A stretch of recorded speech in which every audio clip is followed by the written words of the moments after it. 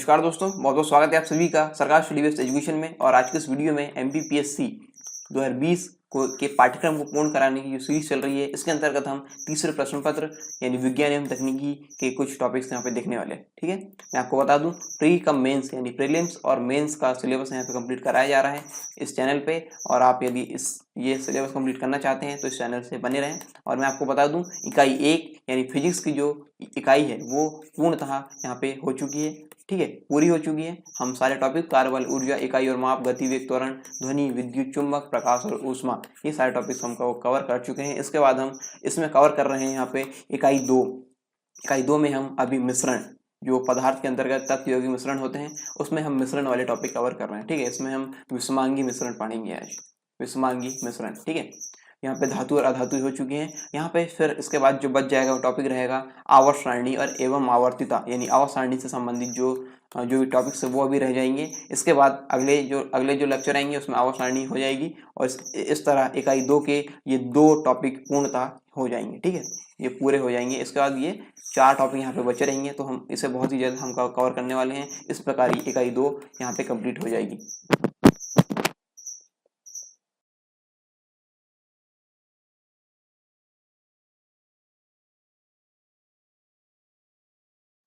यदि आप एमपीपीएससी और व्यापम से संबंधित एग्जाम की तैयारी कर रहे हैं तो अनअकैडमी आपके लिए लेकर आए हैं लाइव स्पेशल क्लासेस और free test series. Live special classes में आपको क्या मिलेगा? आपको इंटरेक्ट करने का मौका मिलेगा टॉप एजुकेटर्स से, और आपको लाइव क्लासेस मिलेगी। और इसके लिए आपको डाउनलोड करना होगा अनअकैडमी का ऐप, और आपको लॉगिन होना पड़ेगा और अपना गोल चूज करना पड़ेगा एमपीपीएससी और व्यापम से संबंधित। और आपकी लर्निंग यहाँ से स्टार्ट होती है only on India's largest learning platform Unacademy पर। अनअकैडमी का जो ऐप है इस प्रकार दिखता है, और आप यहाँ पे जो अपना गोल चूज करेंगे वो इस प्रकार कर सकते हैं एमपीपीएससी और व्यापम से संबंधित।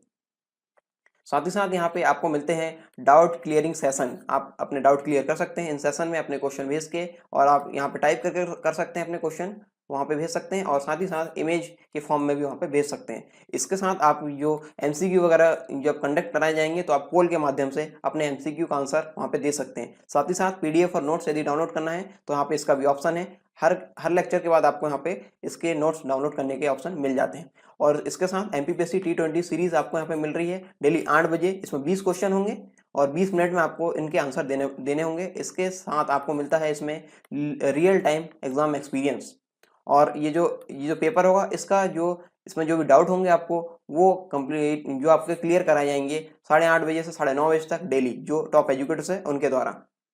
फ्री लाइव क्लास और प्लस क्लास में क्या फर्क है? यहाँ पे प्लस क्लास में आपको मिलेंगे complete syllabus, unlimited practice sets और पीडीएफ नोट्स यहाँ पे अनलिमिटेड मिलेंगे आपको, और all doubt solve by top educators. और यदि आप फ्री क्लास यहाँ पे ज्वाइन करेंगे तो आपको यहाँ पे ये सारी चीज़ें जो हैं वो लिमिटेड हो जाएगी।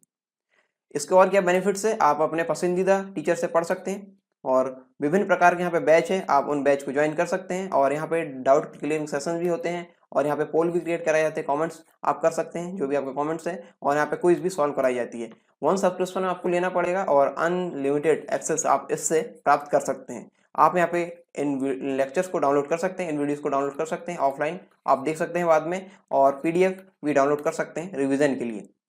अनअकैडमी के प्लस कोर्स से संबंधित आप सभी की अविश्वसनीय प्रतिक्रिया के लिए बहुत बहुत धन्यवाद। इसके मद्देनजर अनअकैडमी एमपीपीएससी और व्यापम की पुरानी कीमतों को कुछ और समय के लिए बढ़ाने जा रहा है। पुरानी कीमतों पर प्लस सब्सक्रिप्शन पाने का ये आखिरी मौका है। नई कीमतें 16 अक्टूबर रात 9 बजे से विस्तृत रूप से लागू हो जाएगी। कीमतें बढ़ने से पहले अभी अपना एडमिशन लें और अपनी एमपीपीएससी की तैयारी को सशक्त करें।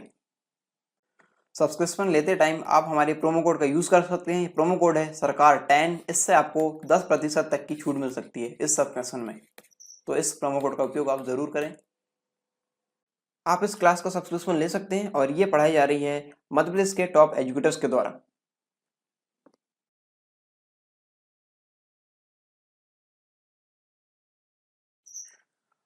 रासायनिक अवस्था के अंतर्गत तत्व और यौगिक का हम पूर्णतः डिस्कशन कर चुके हैं, और इसके बाद हम मिश्रण में समांगी मिश्रण टॉपिक कवर कर चुके हैं। ठीक है, इसके बाद है विषमांगी मिश्रण। अभी जो हमें कवर करना है वो है विषमांगी मिश्रण, यानी कोलाइड और निलंबन। कोलाइड के अंतर्गत फोम, पाया, सोल और हाइड्रोकोलाइड, ये सारी चीजें हमको कवर करना है।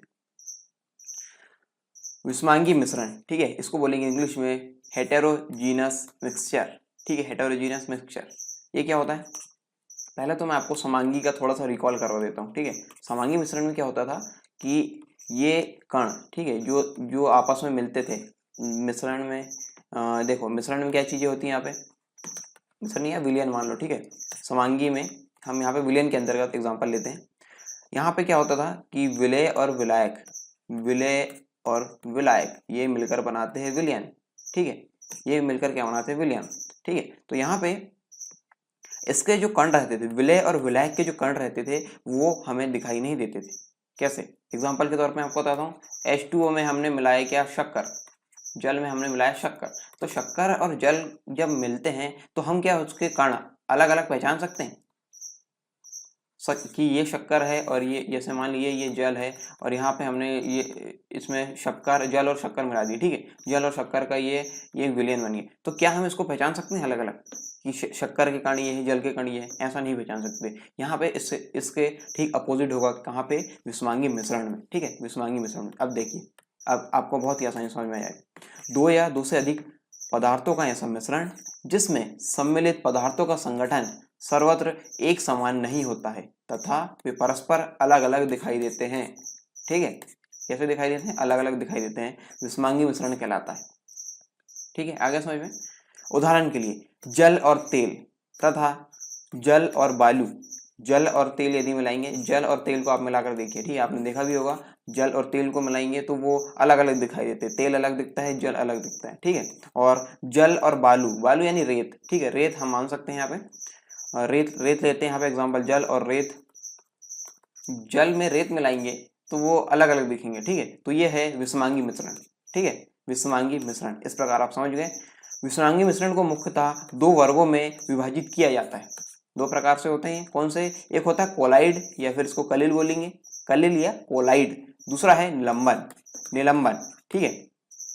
तो ये दो दो भागों में इसको विभाजित किया जाता है। देखते हैं एक एक करके क्या होते हैं। कोलाइड को पढ़ेंगे पहले, इंग्लिश में इसको कोलाइड कहते हैं और हिंदी में भी इसका प्रोनाउंसिएशन हम ऐसे ही करते हैं, यानी कोलाइड ही से बोलेंगे, ठीक है। कलिल या कोलाइड, विभिन्न पदार्थों का वह मिश्रण, ठीक है। ये क्या है, इसकी परिभाषा जब बनेगी तो कैसे बनेगी, विभिन्न पदार्थों का वह मिश्रण। ये क्या है, मिश्रण है, ठीक है, हम मिश्रण के अंतर्गत पढ़ रहे हैं इसको। तो विभिन्न पदार्थों का वह मिश्रण जिसमें मिश्रित पदार्थ के कण एक दूसरे के सर्वत्र बिखरे रहते हैं, एक दूसरे में सर्वत्र बिखरे रहते हैं परंतु पूर्णतः मिश्रित नहीं होते हैं, कलिल अथवा कोलाइड कहलाते हैं, ठीक है। जैसे जैसे हम बात करते हैं झाग की, झाग आपने देखा होगा, साबुन में जब झाग बनाते हैं तो उसमें ये कोलाइड, कोलाइड का एग्जांपल है, ठीक है, कोलाइड का एग्जांपल है।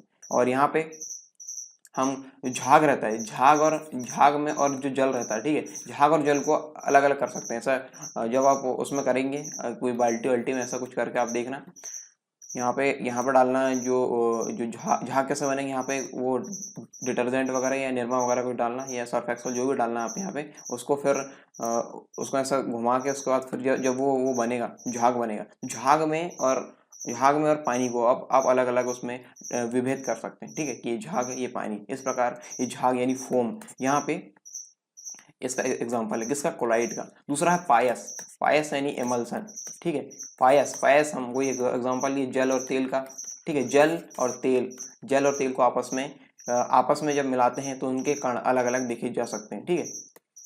इसका मतलब ये क्या है, पूर्णतः मिश्रित नहीं होते। अगला है सॉल, फिर है एरोसॉल, अगला है जेल। ये सारे एग्जाम्पल है किसके, कोलाइड के, ठीक है, कोलाइड के। आगे देखते हैं निलंबन, सस्पेंशन। निलंबन क्या होता है, वह विषमांगी मिश्रण, वह विषमांगी मिश्रण जिसमें बड़े आकार के ठोस कण विद्यमान होते हैं। किस प्रकार के ठोस कण विद्यमान होते हैं, बड़े आकार के ठोस कण विद्यमान होते हैं और वे द्रव में घुलते नहीं है। द्रव या विलायक, हम इसको विलायक ले सकते हैं, ठीक है, द्रव या विलायक में घुलते नहीं है बल्कि मिश्रण पात्र की तलहटी में एकत्र हो जाते हैं और बड़े आकार के कारण इन कणों को सूक्ष्मदर्शी की सहायता के बिना ही देखा जा सकता है तथा सामान्य फिल्टर पेपर से पृथक भी किया जा सकता है। उदाहरण के लिए हम लेते हैं, उदाहरण के लिए जैसे जल में हम रेत मिलाएंगे या फिर बालू मिलाएंगे, ठीक है, जल और रेत या फिर जल और बालू का मिश्रण ये कहलाएगा निलंबन, ठीक है, निलंबन। वायु में धूल के कण, ये किसका एग्जांपल है, निलंबन के, ठीक है। तो आई होप आपको निलंबन और कोलाइड अच्छे से समझ में आ गए होंगे, ठीक है। निलंबन और कोलाइड ये किसके प्रकार है? ये है विषमांगी मिश्रण के प्रकार। अब कोलाइड के अंदर भी बहुत सारी चीजें होती है। कोलाइड के अंदर हम देखते हैं, देखो जो सामान्य जो सामान्य या फिर समांगी विलयन हमने दिए थे, समांगी मिश्रण या फिर समांगी मिश्रण के अंदर हमने जो विलयन पढ़े थे, ठीक है, समांगी मिश्रण के अंतर्गत जो विलयन पढ़े थे, विलयन में दो चीजें होती है, एक होता है विलेय और एक होता है विलायक, ठीक है। विलेय और विलायक ये दो चीजें होती है विलयन में, ठीक है। तो यहाँ पे कोलाइडी विलयन में ये इसकी जो शब्दावली वो थोड़ी चेंज हो जाती है, ठीक है। यहाँ पे विलेय होता है, लेकिन इसका जो नाम रहता है वो हम किससे प्रदर्शित करते हैं, इसको दर्शाते हैं परीक्षित अवस्था। परीक्षित अवस्था इसको बोलते हैं विलेय, और विलायक यानी जिसमें घुलता है उसको बोलेंगे परिक्षेपण माध्यम। परिक्षेपण माध्यम यानी जो विलायक जिसमें घुलेगा, ठीक है, वो होगा परिक्षेपण माध्यम, और जो घुलेगा वो होगा परीक्षित अवस्था। परीक्षित अवस्था यानी विलय। यहाँ पे इस प्रकार आप समझ सकते हैं, ठीक है। विलय यानी परीक्षित अवस्था ऐसा मान सकते हैं, और विलायक यहाँ पे ये आप समझ लीजिए परिक्षेपण माध्यम ये है, ठीक है। तो यहाँ पे ये वाले चार्ट में ये दिया गया है कि किस प्रकार यहाँ पे परीक्षित अवस्था रहती है और कौन से परीक्षेपण माध्यम रहते हैं, जिससे ये जो रिजल्ट है, जो परिणाम है वो बनते हैं, जो एग्जाम्पल है वो बनते हैं, ठीक है। यहाँ पे कोलाइडी विलयन का स्वरूप हम देखते हैं, फॉर्म ऑफ कोलाइडल सॉल्यूशन। यहाँ पे फोम, झाग या फेन, या इसको इंग्लिश में फेन को फोम बोल सकते हैं, या फिर जो झाग बनता है ये फोम बनता है, वो उसमें परीक्षित अवस्था क्या होती है और परीक्षेपण माध्यम क्या होता है ये देखते हैं। इसमें परीक्षेपण माध्यम होता है द्रव, और परीक्षित अवस्था यहाँ पे रहती है गैस, ठीक है। परीक्षित अवस्था यहाँ पे गैस रहेगी और परीक्षेपण माध्यम यहाँ पर रहेगा द्रव। जैसे एग्जाम्पल के तौर पे हम लिखते हैं साबुन का झाग, ठीक है, शेविंग क्रीम, सोडा वाटर, ये सब किसका एग्जाम्पल है? ये एग्जाम्पल है कोलाइडल विलयन के, ठीक है, कोलाइडी विलयन के, ठीक है। और ये होते हैं फोम, झाग या फैन के अंतर्गत ये आते हैं। इसमें होते हैं, यदि आपसे पूछा जाए कि झाग में परीक्षित अवस्था और परीक्षेपण माध्यम को बताइए, तो आप क्या बताएंगे? साबुन के झाग में परीक्षेपण माध्यम होता है द्रव और परीक्षित अवस्था होती है गैस, ठीक है। इस प्रकार शेविंग क्रीम में भी आप बता देंगे, सोडा वाटर में भी आप इसका एग्जांपल बता देंगे, ठीक है। या फिर इस जो किससे ये मिलकर बने हैं, या फिर परीक्षेपण माध्यम या परीक्षित अवस्था क्या है इसमें, ये आप आसानी से बता देंगे, ठीक है। अगला है ठोस झाग, सॉलिड फोम।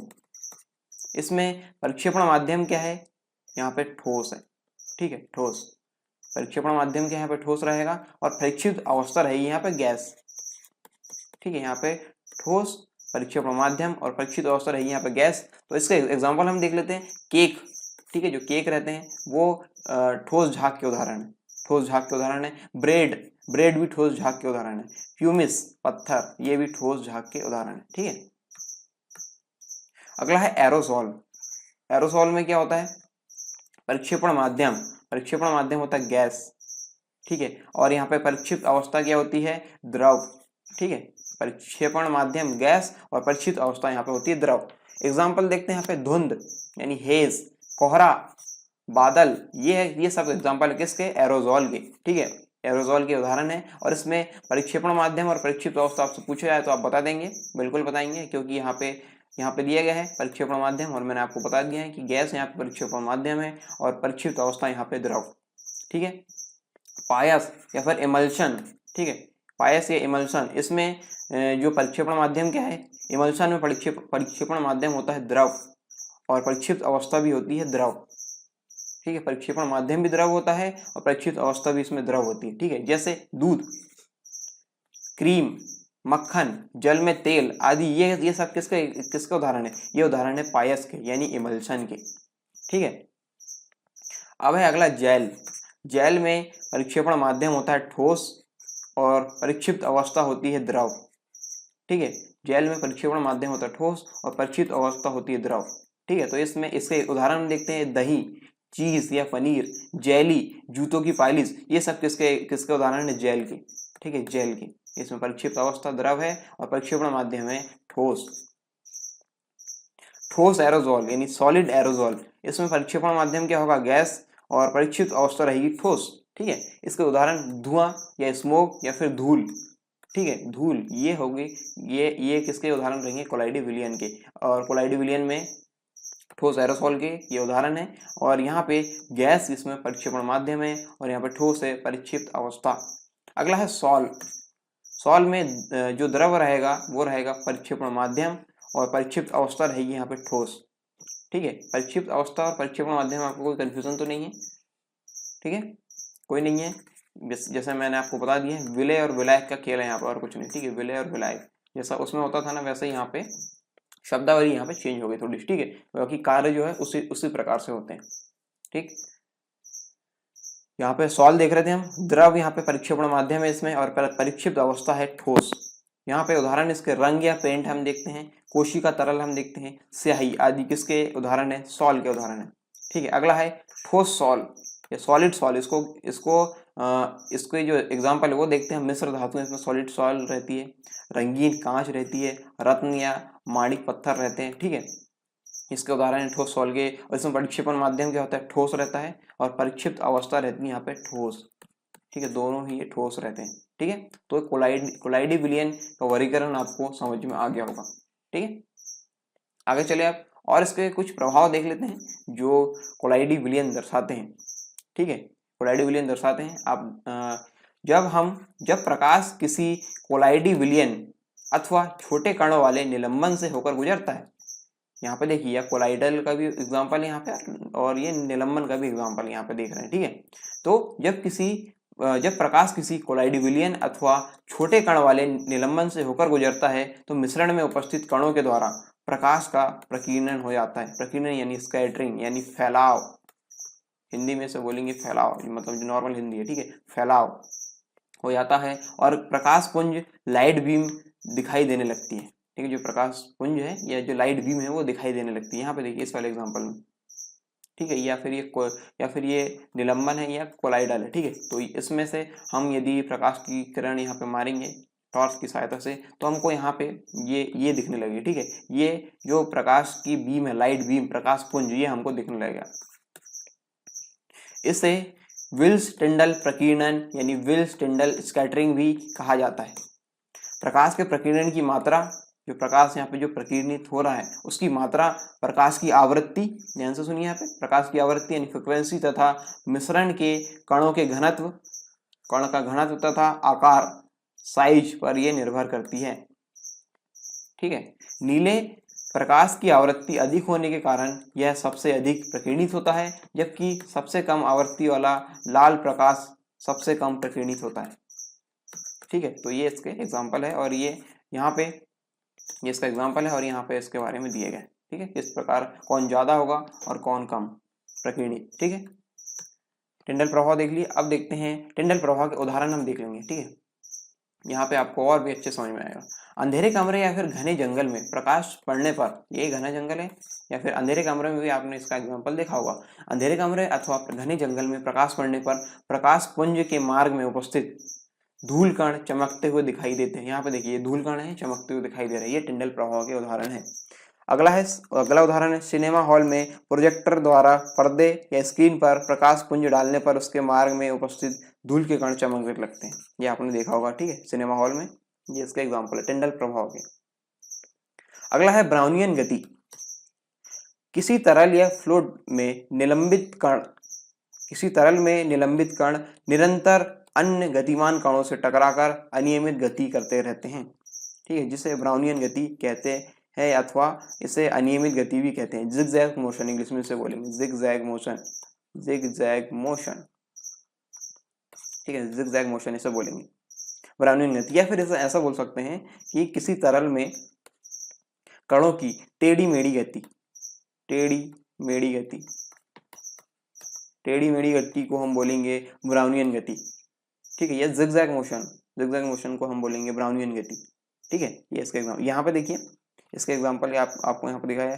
स्ट्रेट लाइन, ये स्टार्टिंग पॉइंट है। ये स्टार्टिंग पॉइंट में ये इस प्रकार ऐसा ऐसा ये टकराई ऐसा मतलब ये टेढ़ी मेढ़ी गति कर रहा है कुल मिलाकर। ठीक है, तो एंडिंग पॉइंट इसका यहाँ है। तो ये जो कणों की टेढ़ी मेढ़ी गति को हम बोलेंगे ब्राउनियन गति। ठीक है, अब हम देखते हैं मिश्रण तथा यौगिक में अंतर। देखो, तत्व, यौगिक और मिश्रण, हम तीनों चीज पढ़ चुके हैं। ठीक है, तत्व, यौगिक और मिश्रण। अब हम इसमें यौगिक और मिश्रण में अंतर देखेंगे। ठीक है, यौगिक और मिश्रण में अंतर। और मैं आपको बता दूं, जो जो व्यक्ति इनका डिटेल पढ़ते हुए आ रहा है अभी तक, ठीक है, उसको बहुत ही आसानी से समझ में आएगा, क्योंकि यहाँ पे उसका निचोड़ दिया गया है, यानी कि उसका जो सारांश है, जो इन दोनों में अंतर है उसका जो सारांश है वो यहाँ पे पॉइंट बनाकर दिए गए। ठीक है, तो आई होप आप ये लेक्चर डीप में देखकर ही यहाँ पे आए हैं। ठीक है, तो हम देखते हैं, और यदि आपने नहीं भी देखा है तो आप उनको पहले देख लीजिए, और यदि आपको लगता है कि आपकी कैपेसिटी है इतनी कि आप इन पॉइंट्स से समझ जाएंगे, तो आप यहाँ से भी समझ सकते हैं। ठीक है, देखते हैं इसमें पहला जो अंतर है मिश्रण और यौगिक में। मिश्रण क्या होता है? मिश्रण से इसके संगठक पदार्थों को भौतिक विधियों जैसे निस्यंदन, वाष्पन, ऊर्ध्वपातन आदि के द्वारा पृथक किया जा सकता है।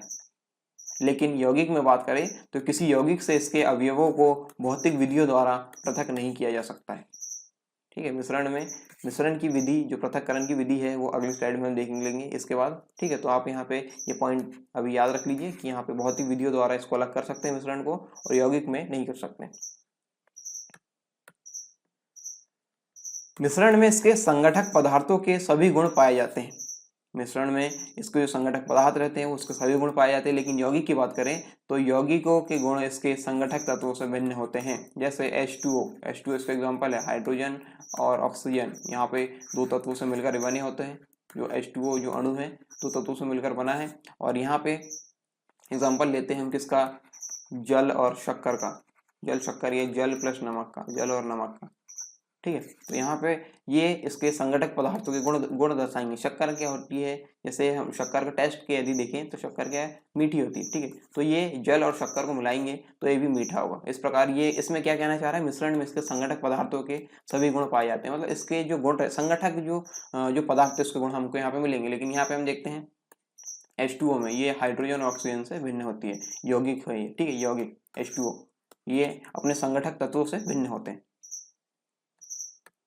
अगला है मिश्रण के निर्माण में ऊर्जा जैसे ऊष्मीय ऊर्जा, प्रकाश ऊर्जा इत्यादि के रूप में ना तो शोषित होती है ना ही मुक्त होती है। ठीक है, मिश्रण के निर्माण जब होता है, मिश्रण जैसे सामान्य कंडीशन पे बात करें तो जल में फिर से वो शक्कर का एग्जांपल लेते हैं। जल में शक्कर यदि मिलाएंगे तो यहाँ पे देखो, यहाँ पे ना तो ऊर्जा लग रही है हमको, ना तो इस क्रिया में जो इसको मिलाने की जो मिश्रित करने की क्रिया है उसमें, या फिर मिश्रण के निर्माण में जो चीजें हो रही हैं उसमें ना तो हमको ऊर्जा या शोषित होती दिख रही है, या फिर ना ही मुक्त होती दिख रही है। तो उसमें ऊर्जा लग रही है ना ही उसमें ऊर्जा मुक्त हो रही है। ना तो ऊर्जा लग रही है ना तो मुक्त हो रही है, ये आसानी से इसमें मिश्रण बन जाता है। लेकिन हम बात करें यौगिकों की, तो यौगिकों के निर्माण में प्रायः ऊर्जा, ऊष्मा तथा प्रकाश ऊर्जा या तो शोषित होती है या तो मुक्त होती है, या तो उसमें शोषित की जाएगी या तो उससे मुक्त होगी। ये यौगिकों में होता है। ठीक है, यौगिकों के निर्माण के समय। अगला है मिश्रण का संगठन अनिश्चित होता है। मिश्रण का संगठन अनिश्चित होता है, अर्थात इसमें सम्मिलित अवयव किसी भी अनुपात में हो सकते हैं। इसका मतलब क्या है? ये किसी भी अनुपात में हो सकते हैं। लेकिन हम यौगिक की बात करें तो यौगिकों का संगठन निश्चित होता है। यौगिक में सम्मिलित तत्व द्रव्यमान के एक निश्चित अनुपात में होते हैं। जैसे H2O, मैं H2O का एग्जांपल इसलिए ले रहा हूँ क्योंकि आप सभी यहाँ पर रिलेट कर पाएंगे यौगिक में और मिश्रण में अंतर। ठीक है, यहाँ पे देखिए इसके जो परमाणु हैं 2:1 में मिलेंगे, और यदि इसके मोलर द्रव्यमान की यदि बात करें तो इसका 1:8 इस प्रकार से इसका अनुपात रहता है। यानी कि अलग अलग अनुपातों को देखें या फिर किसी एक अनुपात पर भी देखें तो इसके परमाणु का अनुपात देखते हैं तो 2:1। जल जहाँ भी हम देखेंगे, चाहे वो वर्षा जल हो, कुएं से निकाले हुए जल हो, या फिर प्रयोगशाला में बनाया गया जल हो, उसका जो सूत्र रहेगा, रासायनिक सूत्र, यानी वो यौगिक है। और यदि वो यौगिक है, ठीक है, यौगिक तो है वो जल, यौगिक है तो वहां पे इसका हर जगह इसका रासायनिक सूत्र समान होगा, और यहाँ पे इसका अनुपात भी समान होगा। ठीक है, ये निश्चित अनुपात में मिलेंगे, इसी अनुपात में ये कभी भी मिश्रित होंगे। ठीक है, मिश्रण का गलनांक, क्वथनांक एवं घनत्व निश्चित नहीं होता है। लेकिन हम यौगिक की बात करें तो यौगिक का गलनांक, क्वथनांक एवं घनत्व निश्चित होता है। विलयन, यदि समांगी मिश्रण है उसको छोड़कर, विलयन को छोड़कर सभी मिश्रण प्रायः विषमांगी होते हैं। विलयन को छोड़कर यानी समांगी मिश्रण को छोड़कर शेष सभी मिश्रण प्रायः विषमांगी होते हैं, लेकिन हम बात करें तो यौगिकों की, यौगिक हमेशा, यौगिक जितने भी होते हैं वो समांगी होते हैं, समांगी होते हैं, ठीक है, समांग होते हैं। मिश्रण में दो या दो से अधिक प्रकार के अणु हो सकते हैं, लेकिन हम यौगिकों की बात करें, यौगिक में एक ही प्रकार के अणु होते हैं, ठीक है, और यौगिक में एक ही प्रकार के अणु होते हैं। यौगिक जैसे हम H2O, ठीक है, इस पात्र में कहीं जल भरा है तो इसमें सभी जो अणु रहेंगे वो एक ही प्रकार से रहेंगे, जल के अणु रहेंगे, ठीक है, एक ही प्रकार के अणु उसमें रहेंगे। मिश्रण का कोई निश्चित रासायनिक सूत्र नहीं होता है, जैसा हम डिस्कस कर चुके हैं, और यौगिक का एक निश्चित रासायनिक सूत्र होता है, ठीक है। यौगिक जैसे NaCl ले लिए, नमक ले लिए या लवण ले लिए, ठीक है, लवण या नमक इसको बोलेंगे, तो NaCl इसका रासायनिक सूत्र फिक्स है, लेकिन यहाँ पे मिश्रण का कोई निश्चित रासायनिक सूत्र नहीं होता है। जैसे मैं आपसे बात करूँ, जल में नमक या शक्कर मिला दो तो इसका कोई रासायनिक सूत्र है क्या? इसका कोई रासायनिक सूत्र नहीं है। लेकिन हम बात करें सिर्फ जल की या फिर नमक की या फिर शक्कर की, तो वहाँ पे इसका रासायनिक सूत्र है, क्योंकि ये यौगिक है। अलग अलग यदि बात करें तो ये यौगिक है और इसके रासायनिक सूत्र होंगे। मिश्रण का घनत्व संगठक पदार्थों के घनत्व का औसत होता है, और यदि हम बात करें यौगिकों में तो यौगिक का घनत्व संगठक पदार्थों के घनत्व से भिन्न होता है। यौगिक का जो घनत्व है संगठक पदार्थों के घनत्व से भिन्न होता है, साथ ही यह अवयवी पदार्थों के घनत्व का औसत नहीं होता है, ठीक है। तो इस प्रकार ये मिश्रण और यौगिक में यह अंतर है, ठीक है। तो यहाँ पे जो पहला जो अंतर है, जो उसके भौतिक विधियां हैं वो हम अब आगे देखते हैं, ठीक है। मिश्रण के अवयव का पृथक्करण की विधियां हम देखते हैं। आई होप ये जो डिफरेंस है मिश्रण और यौगिक में आपको समझ में आ गया होगा, ठीक है। अब इसमें मिश्रण के अवयवों का पृथक्करण की विधियां हम देख लेते हैं। क्रिस्टलीकरण, आसवन, वर्णलेखन, वाष्पीकरण, ऊर्ध्वपातन, अवसादन व निस्तारण, निस्यंदन और अपकेंद्रण, इतनी सारी विधियां हम देखने वाले हैं। सबसे पहले देखते हैं क्रिस्टलीकरण, ठीक है। क्रिस्टलीकरण यह किसी मिश्रण से ठोस विलय को पृथक करने की विधि है। क्रिस्टलीकरण क्या है? यह किसी मिश्रण से ठोस विलय को पृथक करने की विधि है, ठीक है। मिश्रण को गर्म करने पर उसमें उपस्थित विलय पदार्थ रवेदार पदार्थ क्रिस्टल के रूप में पृथक हो जाते हैं। रवेदार पदार्थ या फिर क्रिस्टल के रूप में पृथक हो जाते हैं और अशुद्धियां विलयन में ही शेष रह जाती है। इसके एग्जाम्पल हम देखते हैं। समुद्री जल से नमक का निर्माण, जो ये क्रिस्टलीकरण जो विधि है इसके द्वारा ही होता है, ठीक है, क्रिस्टलीकरण विधि के द्वारा होता है। आप यहाँ पे देख सकते हैं इसके एग्जाम्पल के तौर पे, यहाँ पे देखिए इस प्रकार यहाँ पे यदि हमको क्रिस्टलीकरण करना है तो यहाँ पे इस वाले एग्जाम्पल पे देखिए, यहाँ पे आग लगी हुई है या फिर हीट यहाँ पे दी जा रही है। यहाँ पे कोई पात्र है, पात्र में ये रखा हुआ है, पात्र में कोई जो मिश्रण है वो रखा हुआ है। तो मिश्रण से विलय को, जो ठोस विलय है उसको हम अलग करेंगे तो ये क्रिस्टल के रूप के फॉर्म में या क्रिस्टल के रूप में हमको यहाँ पे मिलेगा। तो इसी को हम बोलेंगे क्रिस्टलीकरण, ठीक है, क्रिस्टलीकरण। अगला है आसवन, इसको बोलेंगे डिस्टिलेशन, इंग्लिश में बोलेंगे डिस्टिलेशन, ठीक है। आसवन क्या होता है या डिस्टिलेशन क्या होता है? इस विधि से दो या दो से अधिक भिन्न भिन्न क्वथनांकों वाले पदार्थों के मिश्रण को उबालकर उसमें उपस्थित विभिन्न घनत्व वाले द्रवों को पृथक किया जाता है, ठीक है। क्या क्या किया जाता है, फिर से मैं रिपीट करता हूँ आपको। इसमें इस विधि में दो या दो से अधिक भिन्न भिन्न क्वथनांकों वाले पदार्थों के मिश्रण को उबालकर उनमें उपस्थित विभिन्न घनत्व वाले द्रव को पृथक किया जाता है। निम्न क्वथनांक वाले द्रव का वाष्पीकरण शीघ्र हो जाता है तथा उच्च क्वथनांक वाले द्रव का वाष्पीकरण धीमा होता है। दोनों द्रवों की वाष्पों को संघनित करके उन्हें शुद्ध रूप में एकत्र कर लिया जाता है। उदाहरण के लिए हम देखते हैं कच्चे तेल से शोधन, कच्चे तेल से ईंधन का शोधन, ठीक है, या ईंधन का पृथक्करण, एल्कोहल का निर्माण, साबुन निर्माण उद्योग में स्पेंटलाई और ग्लिसरॉल का शोधन, आसवन की विभिन्न प्रक्रियाएं, और हम देख लेते हैं प्रभाजी आसवन, वाष्प आसवन और सरल आसवन, ये इसकी विभिन्न प्रक्रिया हैं। और यहाँ पे हमने एग्जांपल देखे, कच्चे तेल से ईंधन को पृथक्करण हम करते हैं। एल्कोहल निर्माण यहाँ पे देखिए, शोधन, साबुन निर्माण में हम यहाँ पे आसवन की जो विधि है वो हम यहाँ पे प्रयोग में लाते हैं, ठीक है, आसवन हो गया। अब पढ़ते हैं वर्ण लेखन यानी क्रोमेटोग्राफी। ये क्या होती है? वर्ण लेखन विधि की खोज मिखाइल स्वेट ने की थी। ये बहुत ही प्रसिद्ध वैज्ञानिक है। इस विधि का प्रयोग भिन्न भिन्न अवशोषण क्षमता यानी अब्जॉर्प्शन कैपेसिटी वाले तथा एक ही विलायक में घुलनशील विलेय पदार्थों को पृथक करने के लिए किया जाता है। ठीक है, एक विलायक ले लिया यहाँ पे और यहाँ पे अलग अलग घुलनशील विलेय पदार्थ ले लिए। ठीक है, इसमें मिला दिए और यहाँ पे इसमें जब हम यहाँ पे वर्ण लेखन की प्रक्रिया करेंगे, यानी यहाँ पे क्रोमेटोग्राफी में यहाँ पे वो जो टेस्ट पेपर है, ठीक है, टेस्ट पेपर डालेंगे तो यहाँ पे अलग अलग रंग के बैंड दिखाई देने लगते हैं, अलग अलग रंग के बैंड दिखाई देने लगते हैं। तो इसमें हम पहचान जाते हैं कि ये कौन सा रंग का बैंड है। तो इसमें हमको पता चलता है कि यहाँ पे जो विलय हैं, जो घुलनशील विलय हैं, उसको अलग अलग हम किस प्रकार करेंगे। ठीक है, अलग अलग उसमें बैंड बन जाते हैं, अलग अलग किसके अनुसार, अवशोषण क्षमता के अनुसार। तो यहाँ पे एग्जाम्पल हम देखते हैं, प्राकृतिक रंगों तथा डाई से वर्णकों का पृथक्करण। ठीक है, प्राकृतिक रंग या फिर डाई से वर्णकों का पृथक्करण हम वर्ण लेखन द्वारा करते हैं, वर्ण लेखन की विधि से करते हैं। ठीक है, इसमें अलग अलग बैंड बन जाते हैं और उससे हम पहचानते हैं इसको। ठीक है, अवशोषण क्षमता के अनुसार। अगला है वाष्पीकरण या इवेपोरेशन। इस विधि से किसी द्रव विलयन में घुलित ठोस विलय को पृथक किया जाता है।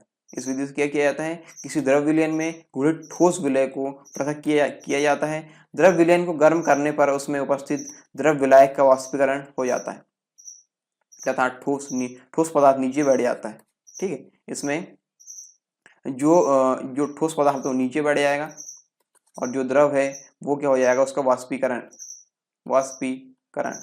इस प्रकार ये वाष्पीकरण की प्रक्रिया होती है। ठीक है, यहाँ पे एग्जांपल आप देख सकते हैं, यहाँ पे क्या है, ये द्रव विलयन है और यहाँ पे घुलित ठोस है, ठोस यहाँ पे है। तो यहाँ पे द्रव विलयन को गर्म करेंगे तो उसमें उपस्थित जो द्रव विलायक है, द्रव विलायक यहाँ पे वाष्पीकृत हो जाएगा और यहाँ पे जो ठोस है वो नीचे रह जाएगा। इस प्रकार इसको हम अलग कर लेंगे। ठीक है, इस प्रकार इसको पृथक कर लेंगे दोनों को। तो ये होती है वाष्पीकरण यानी इवेपोरेशन की प्रक्रिया। अगला है ऊर्ध्वपातन।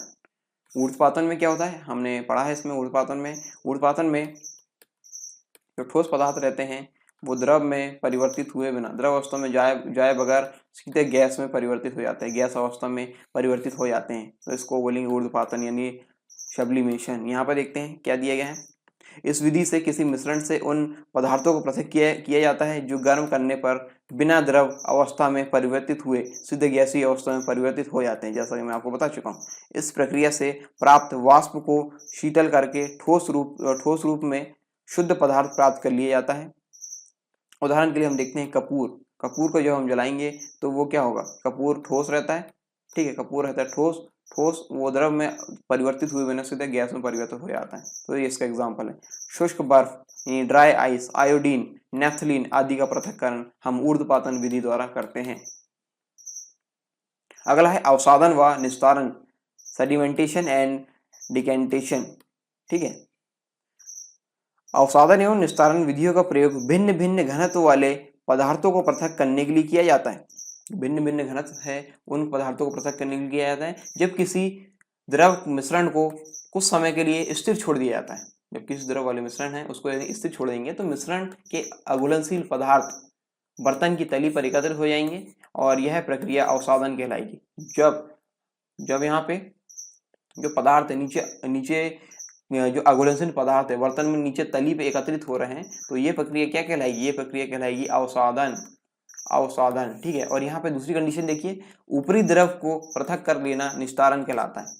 ऊपरी द्रव यहाँ पे जो आ गया, जो ऊपरी द्रव है, ठीक है, ऊपरी द्रव को हम अलग कर लेंगे। यहाँ पे देखिए इस वाले एग्जाम्पल पे यहाँ पे जो कण है वो नीचे बैठ गए, अघुलनशील कण जो है बर्तन की तली पे नीचे एकत्र हो गए, तो ये प्रक्रिया अवसादन कहलाई। और यहाँ पे जो ऊपर साइड में जो द्रव है इसको हम जब अलग कर लेंगे तो यह प्रक्रिया कहलाएगी निस्तारण। ऊपरी द्रव को पृथक कर लेना निस्तारण कहलाता है। ठीक है, उदाहरण के तौर पर हम देखते हैं तेल व जल के मिश्रण से दोनों को पृथक करना, धातु शोधन के द्वारा द्रवित शुद्ध लोहा प्राप्त करना आदि अवसादन और निस्तारण के द्वारा हम करते हैं, अवसादन और निस्तारण की क्रिया द्वारा करते हैं। ठीक है, आगे है निस्यंदन यानी फिल्ट्रेशन। निस्यंदन विधि का प्रयोग किसी तरल मिश्रण से अघुलनशील ठोस पदार्थों को पृथक करने के लिए किया जाता है। किसके लिए किया जाता है, किसी तरल मिश्रण से अघुलनशील ठोस पदार्थों को पृथक करने के लिए किया जाता है। इस प्रक्रिया में मिश्रण को एक क्षणित्र यानी फिल्टर से प्रभावित किया जाता है, जिससे द्रव तो प्रभावित होकर दूसरी ओर निकल जाता है, परंतु बड़े जो कण हैं यहाँ पे इस वाले एग्जाम्पल में देखिए, जो इस प्रक्रिया में एक फिल्टर है, फिल्टर से जब हम इसको प्रभावित करेंगे, ठीक है, किसी तरल मिश्रण को प्रभावित करेंगे, तो यहाँ पे जो बड़े कण हैं वो ऊपर ही रह जाएंगे, फिल्टर में ऊपर रह जाएंगे, लेकिन जो दूसरा द्रव है, ठीक है, इसमें जो द्रव है वो नीचे की ओर निकल जाएगा। तो यहाँ पे इस प्रकार ये बताया जा रहा है कि जिससे द्रव तो प्रभावित होकर दूसरी ओर निकल जाता है, परंतु बड़े कणों वाला निलंबन ठोस पदार्थ क्षणित्र से ना प्रभावित हो पाने के कारण पृथक हो जाता है, यानी ऊपर ये रह जाता है, ठीक है, ऊपर ये रह जाएगा। उदाहरण के लिए गंदे जल का शुद्धिकरण हम निस्यंदन यानी फिल्ट्रेशन द्वारा करते हैं, ठीक है, फिल्ट्रेशन द्वारा हम इसका जो गंदे जल का शुद्धिकरण वो करते हैं। इसमें वही होता है, जो जैसे जो अशुद्धि है वो रह जाएगी, पहले रह जाएगी, और जो द्रव है वो बाहर निकल जाएगा। इस प्रकार यहाँ पे फिल्ट्रेशन यानी निस्यंदन में इसी प्रकार कार्य होता है, ठीक है। अगला है अपकेंद्रण यानी सेंट्रीफ्यूगेशन।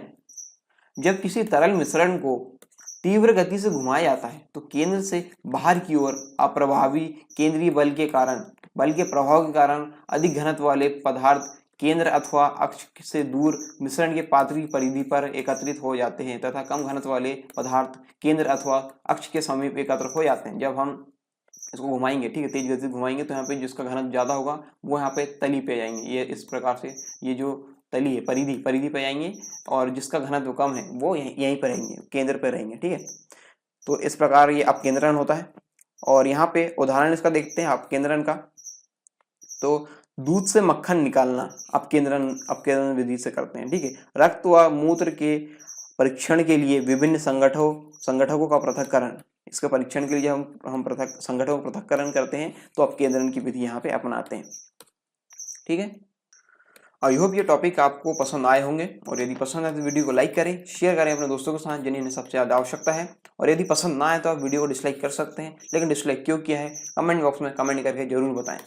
और आप यदि MPPSC 2020 की संपूर्ण तैयारी करना चाहते हैं तो हमारे चैनल पे ये जो कोर्स है पूरा करवाया जा रहा है, आप इसको सब्सक्राइब कर लें। सब्सक्राइब करने से ये होगा कि आपको नोटिफिकेशन मिलती आएगी जो लेटेस्ट वीडियो यहाँ पे डलती है, ठीक है।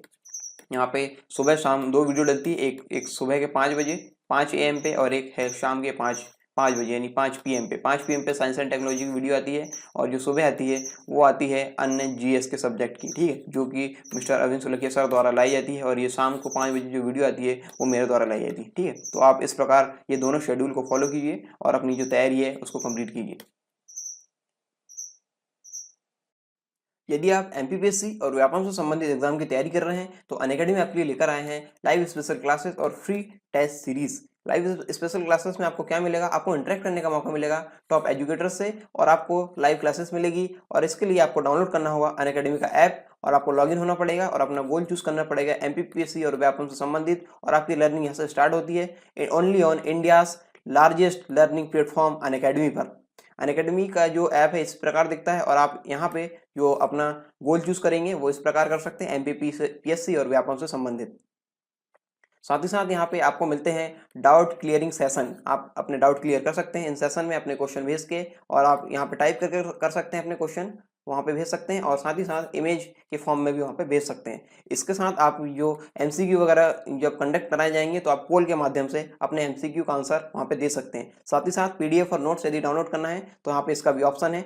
हर लेक्चर के बाद आपको यहाँ पे इसके नोट्स डाउनलोड करने के ऑप्शन मिल जाते हैं। और इसके साथ MPPSC T20 सीरीज आपको यहाँ पे मिल रही है डेली 8 बजे। इसमें 20 क्वेश्चन होंगे और 20 मिनट में आपको इनके आंसर देने होंगे। इसके साथ आपको मिलता है इसमें रियल टाइम एग्जाम एक्सपीरियंस, और ये जो पेपर होगा इसमें जो भी डाउट होंगे आपको वो कंप्लीट जो आपके क्लियर कराए जाएंगे 8:30 बजे से 9:30 बजे तक डेली, जो टॉप एजुकेटर्स है उनके द्वारा।